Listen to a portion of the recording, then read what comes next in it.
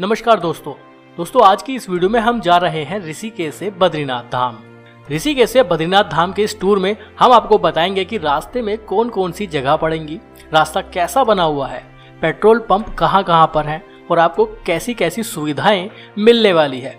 सारी जानकारी इस वीडियो में दी जाएगी और ऋषिकेश बद्रीनाथ के इस सड़क मार्ग में ही पांचों प्रयाग भी पड़ते हैं। वो पांचों प्रयाग आपको दिखाएंगे, दर्शन कराएंगे और A to Z जानकारी इस वीडियो में देने वाले हैं। तो वीडियो को पूरा जरूर देखिएगा और ऐसे ही एंटरटेनिंग और इन्फॉर्मेटिव वीडियोस देखते रहना चाहते हैं तो चैनल को सब्सक्राइब जरूर करें, साथ में बेल आइकन दबाने के बाद ऑल नोटिफिकेशन पर क्लिक जरूर करें ताकि ऐसी ही इन्फॉर्मेटिव वीडियोस आपको लगातार मिलती रहें। कमेंट बॉक्स में जय बाबा बद्रीनाथ, जय बाबा बद्री विशाल, हर हर महादेव, जय बाबा केदारनाथ जरूर लिखिएगा। तो चलिए आज चलते हैं ऋषिकेश से बद्रीनाथ धाम।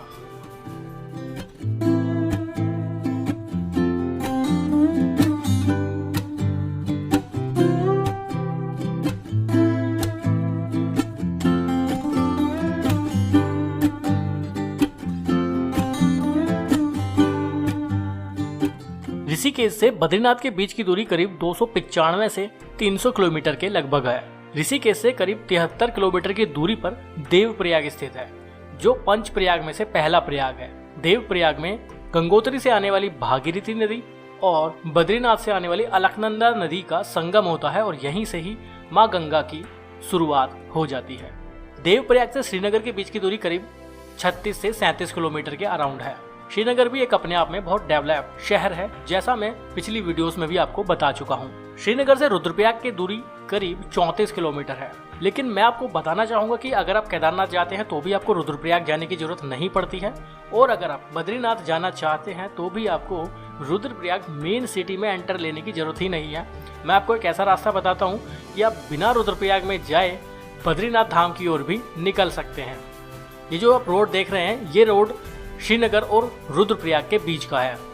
रोड बहुत अच्छा बन चुका है, पिछली वीडियोस में भी मैं आपको ये रोड दिखा चुका हूँ, लेकिन आज की इस वीडियो में मैं आपको दिखाऊंगा कि रुद्रप्रयाग से बद्रीनाथ जब हम आगे बढ़ते हैं तो वहाँ रोड की क्या कंडीशन है, कैसे कैसे रास्ते हैं, कौन कौन से शहर पड़ने वाले हैं। और पेट्रोल पंप की मैं अगर बात करूँ तो देवप्रयाग भी आपको पेट्रोल पंप मिल जाएगा, आपको श्रीनगर में भी पेट्रोल पंप देखने के लिए मिल जाएगा, कोई पेट्रोल पंप का इशू नहीं रहने वाला है। लेकिन रुद्रप्रयाग में कुछ एंट्री लेने से पहले ही इस तरह का कुछ ऑफ रोड देखने के लिए मिलता है। लैंडस्लाइड जोन यहाँ बना हुआ है जो अभी तक ठीक नहीं हो पाया है। इसके बाद रुद्रप्रयाग में एंट्री लेने से पहले दो रोड पड़ते हैं। हमें लेफ्ट वाले रोड पर ही चलना होता है जो बाईपास है। ऊपर की ओर आप जो देख पा रहे हैं ये सीधा बाईपास जाता है केदारनाथ की ओर और हम नीचे उतरकर इस पुल के थ्रू इधर आ रहे हैं। ये जो रोड है ये हमें रुद्रप्रयाग की ओर ले जाएगा और बद्रीनाथ धाम की ओर भी ले जाएगा। यहाँ से हमने टर्न ले लिया है राइट और जो सामने रोड जा रहा है ये भी अगस्त मुनि, गुप्त काशी, फाटा, केदारनाथ की ओर निकल जाता है और ऊपर उसी बाईपास रोड से कनेक्ट हो जाता है। तो हमें वहाँ भी जाने की ज़रूरत नहीं है। हमने यहाँ से राइट टर्न फिर ले लिया है और ये रास्ता एक टनल से होकर रुद्रप्रयाग सिटी की ओर जाता है, लेकिन हम सिटी में एंटर किए बिना ही आगे बद्रीनाथ धाम की ओर निकल जाएंगे। कैसे जाएंगे चलिए आपको दिखाते हैं। इस टनल में से हम बाहर निकलेंगे और ये टनल खुलती है सामने बाबा कमली वाले आश्रम की सामने खुलती है और यहाँ से हम निकल रहे हैं रुद्रप्रयाग की ओर। ये रुद्रप्रयाग शहर है, कार पार्किंग यहाँ मौजूद है और उसके बाद एक लोहे के पुल से हम आगे निकलते हैं तो सामने हमें दिखाई देता है पूरा रुद्रप्रयाग शहर। यहाँ पर इंडिकेशन दिए हुए हैं श्रीनगर, ऋषिकेश, हरिद्वार और बद्रीनाथ के। यहाँ से हम जब सीधे जाते हैं तो ऊपर भी एक रोड चलता है जो मेन सिटी में जाता है रुद्रप्रयाग के। हमें वहाँ जाने की ज़रूरत नहीं है, हमें इसी रोड पर सीधे आगे निकल जाना है जो बद्रीनाथ धाम की ओर जाएगा। और यहाँ से अगर हम राइट लेते हैं तो ये हरिद्वार, ऋषिकेश, श्रीनगर की ओर निकल जाता है जो मेन सिटी रुद्रप्रयाग से होकर निकलता है। हम वहाँ नहीं जा रहे हैं, सीधे बद्रीनाथ धाम की ओर आगे आ चुके हैं। यहाँ पर रोड कुछ जगह अच्छे बने हुए हैं तो कुछ जगह अभी वही पुराने रोड मौजूद हैं, लेकिन कंस्ट्रक्शन का काम यहाँ लगातार जारी है क्योंकि चार धाम रोड प्रोजेक्ट के तहत ये पूरा हाईवे, ये एक नेशनल हाईवे है, नेशनल हाईवे 58 है, तो इसको पूरे हाईवे को तैयार किया जा रहा है। कहीं कहीं पर हाईवे पूरी तरह से बनकर तैयार हो चुका है, जैसे कि रुद्रप्रयाग तक तो कंप्लीट काम हो ही चुका है लगभग। उसके बाद अगर हम केदारनाथ की ओर चलते हैं तो कुछ जगह नहीं बना है और बद्रीनाथ धाम की ओर भी आते हैं तो कुछ जगह बना है तो कुछ जगह नहीं बना है। लेकिन इसी रास्ते से आगे निकलते हुए हम आगे बढ़ रहे हैं। ये जो भी रास्ते हैं बहुत खूबसूरत है। यहाँ से व्यूज़ आप देख पा रहे हैं, बहुत शानदार व्यूज़ नज़र आ रहे हैं। मेरा मानना ये है कि इन चारों धामों में सबसे ज़्यादा सुंदर व्यूज़ हम जो देखते हैं ना, वो गंगोत्री जाते वक्त या बद्रीनाथ जाते वक्त देखते हैं। तो आप आज जा रहे हैं बद्रीनाथ धाम, तो व्यूज़ आपके सामने हैं। कितनी खूबसूरत सड़कों पर कितने खूबसूरत व्यूज़ हमें देखने के लिए मिल रहे हैं।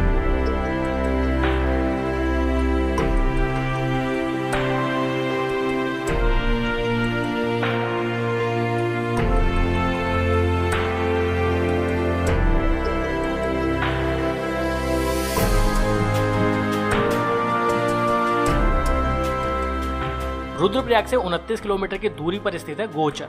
गोचर एक छोटा सा शहर है, एक छोटा सा गांव है। थोड़ी बहुत यहाँ पर दुकानें हैं, लेकिन बहुत बड़ा मार्केट गोचर में नहीं है।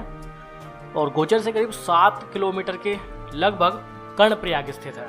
कर्णप्रयाग के बारे में मैं आपको बताना चाहूँगा कि कर्णप्रयाग पंच प्रयाग में से तीसरा प्रयाग है। पहला प्रयाग देवप्रयाग, दूसरा प्रयाग रुद्रप्रयाग। रुद्रप्रयाग में केदारनाथ से आने वाली मंदाकिनी नदी और बद्रीनाथ से आने वाली अलकनंदा नदी का संगम होता है। और ये कर्णप्रयाग तीसरा प्रयाग है, जहाँ पर अलकनंदा नदी और पिंडर नदी का संगम होता है। यहाँ पर भी एक पेट्रोल पंप मौजूद है, तो पेट्रोल पंप से रिलेटेड इशू अभी तक आपको नहीं होगा। कर्णप्रयाग भी एक डाइवर्जन पॉइंट है। यहाँ से दो अलग अलग रास्ते जाते हैं। एक रास्ता जाता है पिंडर घाटी की ओर और दूसरा रास्ता जाता है बद्रीनाथ धाम की ओर।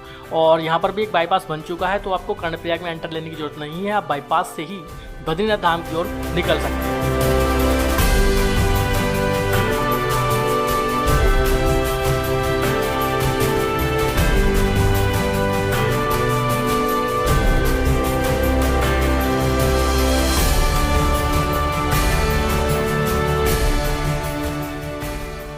कर्णप्रयाग से करीब 21 किलोमीटर की दूरी पर नंदप्रयाग स्थित है। नंदप्रयाग भी एक प्रयाग है, लेकिन कर्णप्रयाग से नंदप्रयाग के बीच का जो रास्ता है, वहाँ पर आपको कालेश्वर नाग देवता मंदिर देखने के लिए मिलेगा, लगासू गांव देखने के लिए मिलेगा, सोनला गांव देखने के लिए मिलेगा। यहाँ से जो व्यूज़ आप देख पाते हैं ना, बहुत खूबसूरत रहेंगे। बहुत सुंदर वैली आपको देखने के लिए मिलेगी। मन करेगा कि आपको बार बार यहाँ रुकें और इन व्यूज़ को एंजॉय करें। आप जैसा कि वीडियो में देख भी पा रहे हैं, कितने खूबसूरत व्यूज़ यहाँ देखने के लिए मिलते हैं।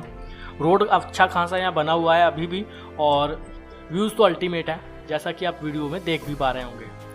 और एक बात और मैं आपको बताने वाला हूँ कि कर्णप्रयाग और नंदप्रयाग के बीच में जो कालेश्वर नाम की एक जगह है, यहाँ जो ऋषिकेश से 4 धाम के लिए रेल प्रोजेक्ट तैयार किया जा रहा है, तो कर्णप्रयाग के बाद कालेश्वर में ही एक लास्ट रेलवे स्टेशन बनाया जाएगा। यानी आप ऋषिकेश से यहाँ तक बाय ट्रेन आ सकते हैं। और यहाँ से बद्रीनाथ की दूरी रह जाती है करीब 114-115 किलोमीटर के लगभग, तो वो आपको सड़क मार्ग से ही तय करना पड़ेगा।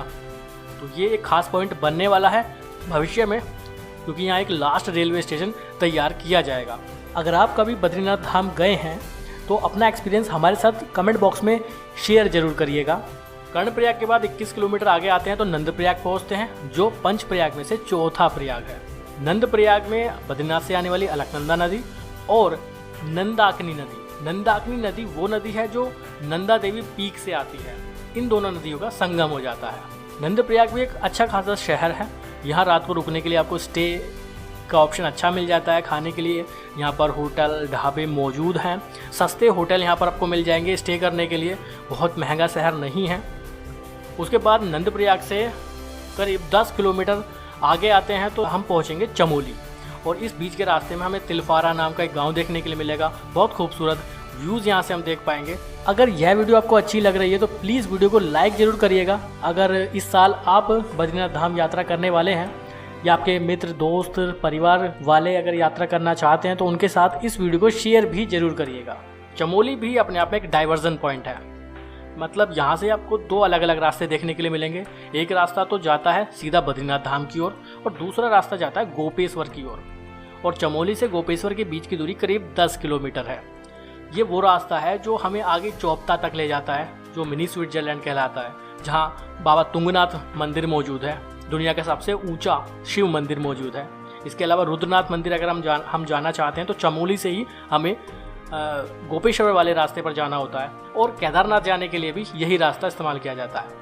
जब हम केदारनाथ से बद्रीनाथ जाते हैं तो हम इसी रास्ते से होकर, यानी केदारनाथ से कुंड और कुंड से ऊखीमठ, चौपता, गोपेश्वर होते हुए चमोली आते हैं और आगे की यात्रा हम बद्रीनाथ के लिए कर पाते हैं। तो ये एक बहुत ज़्यादा इम्पोर्टेंट, बहुत ही महत्वपूर्ण डाइवर्जन पॉइंट है चमोली। चमोली अपने आप में बहुत बड़ा शहर है, बहुत बड़ा मार्केट भी है, ज़रूरत के सारे सामान आपको यहाँ पर मिल भी जाएंगे, कोई इशू आपको यहाँ नहीं होने वाला है। उसके बाद 50 किलोमीटर आपको आगे आना है और 50 किलोमीटर आगे आने के बाद आप पहुँचेंगे जोशीमठ।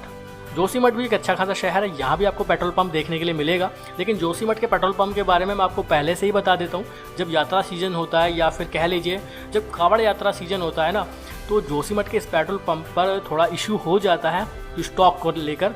कह सकते हैं कि अधिक मात्रा में आप पेट्रोल यहाँ से परचेज़ नहीं कर सकते हैं, तो पेट्रोल आपको पहले से ही भरा कर रखना होगा। और इसके बाद पेट्रोल पंप भी नहीं है बद्रीनाथ धाम तक, तो ये लास्ट पेट्रोल पंप पड़ता है यहाँ पर। हो सके तो जहरी कैन में आप पेट्रोल अपना पहले से ही रिजर्व रख कर लेकर जाएँ।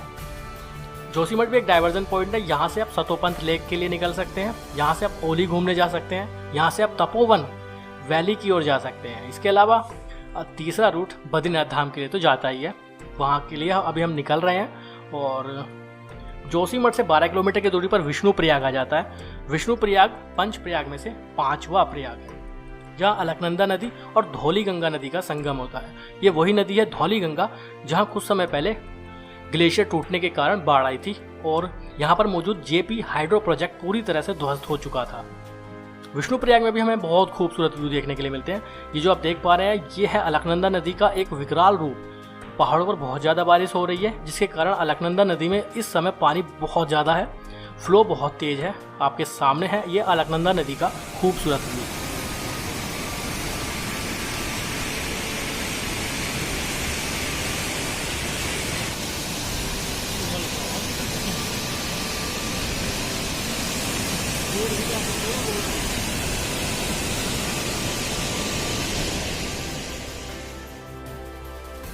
विष्णु प्रयाग से करीब 12 किलोमीटर की दूरी पर आता है गोविंद घाट।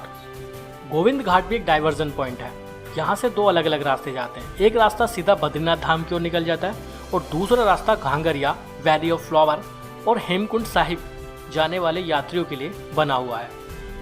अगर आप फूलों की घाटी घूमने जाना चाहते हैं तो गोविंद घाट से आपको डाइवर्जन लेना होगा। अगर आप हेमकुंड साहिब जाना चाहते हैं तो उसके लिए भी अलग रास्ता है। हम जा रहे हैं बद्रीनाथ धाम, तो हम बद्रीनाथ धाम वाला ही रूट चूज़ करना पड़ेगा। गोविंद घाट बेहद खूबसूरत जगह है, बहुत खूबसूरत व्यूज़ यहाँ से हम देख पाते हैं। आप भी इन व्यूज़ को एंजॉय कीजिए।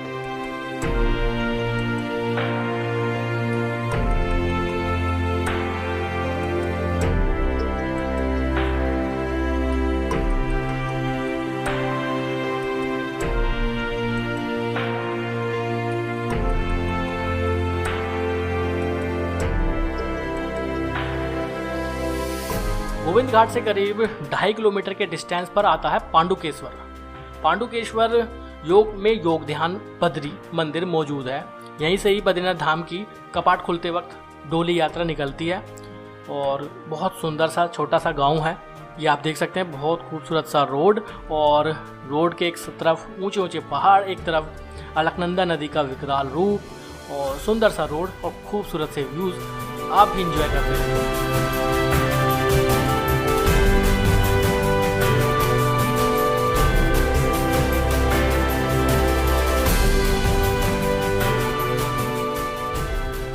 ये देखिए आप, कितना खतरनाक व्यू। कुछ ऐसे रास्तों से गुजर के आपको जाना होगा। जोशीमठ के बाद ये रास्ते हमें देखने के लिए मिलते हैं। पहाड़ मानो पूरी तरह से रोड पर नीचे गिरने को तैयार है। रोड पर सपोर्ट भी नहीं है। दूसरी साइड में, एक साइड में गहरी खाई, अलकनंदा नदी, दूसरी तरफ ये नीचे गिरते पहाड़। कुछ ऐसे रास्तों से गुजर के हमें बद्रीनाथ धाम की ओर जाना पड़ता है। तो रोड साइड का जो एडवेंचर है वो बहुत खास रहता है धार्मिक यात्रा के साथ साथ।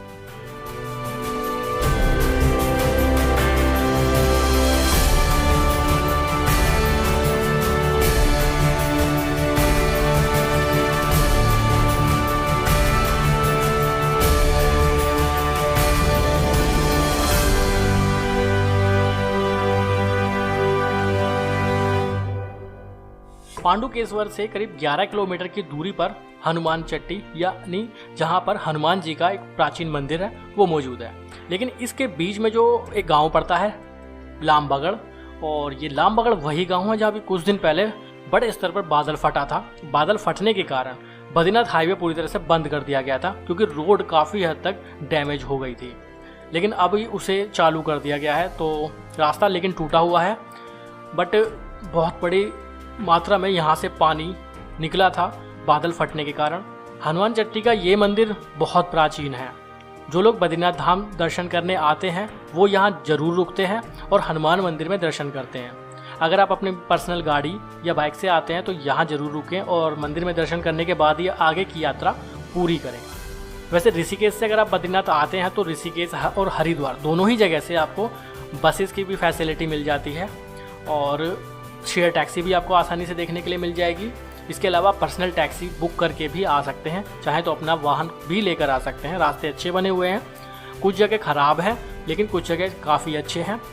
कुछ जगह रास्तों की चौड़ाई अभी भी बहुत कम है, लेकिन कुछ जगह बहुत अच्छे रोड बन चुके हैं। तो ये डिपेंड करता है पूरी तरह से वहाँ की लोकेशन पर। और जैसा कि पहाड़ों पर लगातार बारिश होती रहती है तो रोड बनते हैं तो कभी कभी टूट भी जाते हैं, तो ऐसे में रास्ता आपको मिला जुला देखने के लिए मिलेगा। लेकिन व्यूज़ मैं अपने पर्सनल एक्सपीरियंस के अकॉर्डिंग बताऊं तो रास्ते का जो रोड एडवेंचर है वो चारों धाम में बद्रीनाथ का बेहद खास है। बहुत अच्छे व्यूज़ यहाँ से देख पाते हैं, बहुत अच्छे नज़ारे, अद्भुत व्यूज़ देख पाते हैं। मन करता है कि बार बार गाड़ी रोकी जाए और इन व्यूज़ को एंजॉय किया जाए। चारों धाम यात्रा में ये खास बात होती है, धार्मिक यात्रा के साथ साथ रोड साइड एडवेंचर का भी एक अच्छा अनुभव हमें हो जाता है। हनुमान चट्टी से 12 किलोमीटर की दूरी पर बद्रीनाथ धाम स्थित है, लेकिन हनुमान चट्टी से और बद्रीनाथ के बीच के ये 12 किलोमीटर का जो दूरी है, जो डिस्टेंस है, ये बहुत खास है। यहाँ से नज़ारे बहुत ज़्यादा खूबसूरत हो जाते हैं, बहुत खूबसूरत व्यूज़ यहाँ से हम देख पाते हैं। जिग जैग शेप में बनी हुई रोड अपने आप में बहुत शानदार लगती हैं। रोड भी अच्छे बने हुए हैं, लेकिन जैसे कि पहले भी आपको बता चुका हूँ कि बारिश होने के कारण रोड बनते हैं, टूटते हैं, फिर बनते हैं, तो ये सब मिला जुला असर हमें देखने के लिए मिलता है। जैसे कि आप देख पा रहे हैं कि यहाँ पर एक बहुत अच्छा वाटरफॉल है और इस वाटरफॉल से इस ट्रक में पानी फिल किया जा रहा है। इस पानी को यूज़ किया जाएगा अलग अलग शहरों में, अलग अलग गाँव में, तो यहाँ से वाटर फिलिंग की जाती है, जो एक नेचुरल वाटर सोर्स है। ये व्यू देखिए आप, बेहद खूबसूरत व्यू। बादल मानो पूरी तरह से नीचे आ चुके हैं और रोड बहुत खूबसूरत, एक तरफ पहाड़, एक तरफ अलकनंदा नदी और साथ में बादल हमारे साथ ही चल रहे हैं नीचे नीचे। तो इस तरह के शानदार व्यू आपको यहाँ देखने के लिए मिलने वाले हैं। रोड आपके सामने है, व्यूज़ आपके सामने हैं, सब कुछ आपके सामने है। आप इंजॉय कीजिए इन व्यूज़ को।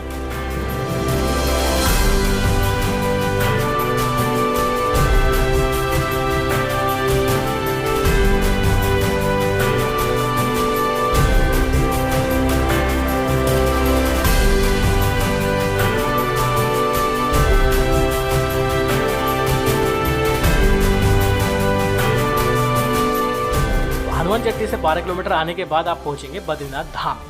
बद्रीनाथ धाम का ये बस स्टैंड है, ये मेन बस स्टैंड है बद्रीनाथ धाम का। यहाँ से आपको डायरेक्ट हरिद्वार और ऋषिकेश के लिए बस देखने के लिए मिल जाएंगी। यहाँ से बद्रीनाथ धाम ज़्यादा दूरी पर नहीं, आप पैदल भी जा सकते हैं। ये है मेन बस स्टैंड बद्रीनाथ धाम का, बहुत खूबसूरत। और मुझे लगता है मैंने इतना सुंदर, इतना खूबसूरत बस स्टैंड अपनी लाइफ में कभी नहीं देखा है। तो जो बद्रीनाथ धाम में हमें देखने के लिए मिलता है, काफ़ी बड़ा स्पेस भी है। और नेक्स्ट वीडियो में हम आपको बताएंगे बद्रीनाथ से माना आप कैसे जा सकते हैं, वसुधरा वाटरफॉल आप देखने कैसे जा सकते हैं, वो सारी जानकारी आपको नेक्स्ट वीडियो में देंगे। ये वीडियो अच्छी लगी तो लाइक शेयर जरूर कीजिएगा, कमेंट जरूर कीजिएगा। आगे भी आपके लिए ऐसी ही इन्फॉर्मेटिव वीडियोज़ बनाते रहेंगे। तो अभी के लिए बाय। वीडियो को लाइक शेयर जरूर कीजिएगा। जो लोग बद्रीनाथ धाम जाना चाहते हैं उनके साथ भी शेयर जरूर करिएगा। फिर मुलाकात करेंगे आपसे। बहुत बहुत धन्यवाद।